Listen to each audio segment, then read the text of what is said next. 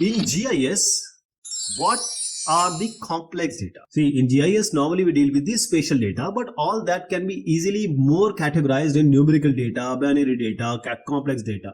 Because spatial data is a bigger word for those which are having data with having location information. But complex data is about the large and complex data sets, and these should be spatially related. They should have a spatial information. For example, we have a satellite. It will give you some satellite image. For example, let us take the example of a quick bird or icon of a satellite image.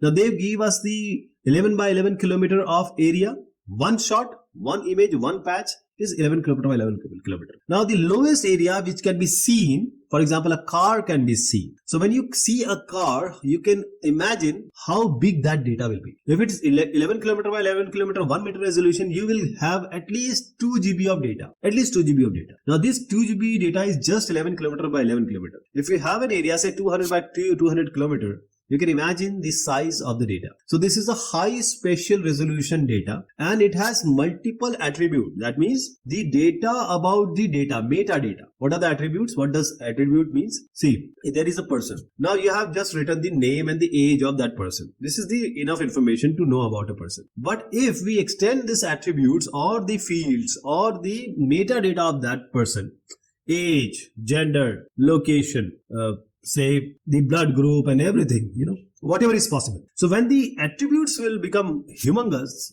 it will be called as complex data. And more important thing is the data from where it has come, the lineage, that is the diverse data. For example, if you now want to know the education, if this guy is a BTech, is an engineer, from where this data might have come from, some dynamic or some different diverse sources, and the dynamic changes are that the age is say 25 when the data was being made. Now after 2 years he will be 27, or after 1 year he will be 26. So there should be a dynamic change, and those data which need some dynamic changes are called complex data. And what is the thought about this complex data, which we need to know as a GIS people? That handling such data can pose challenge for storage, because the data are complex, big, humongous. In order to process, you need GPU and very good, i7s or Xeon processors. Analysis for that complex data, because it's a complex data, there should be some very, very learned people to understand what is exactly going on, and visualization.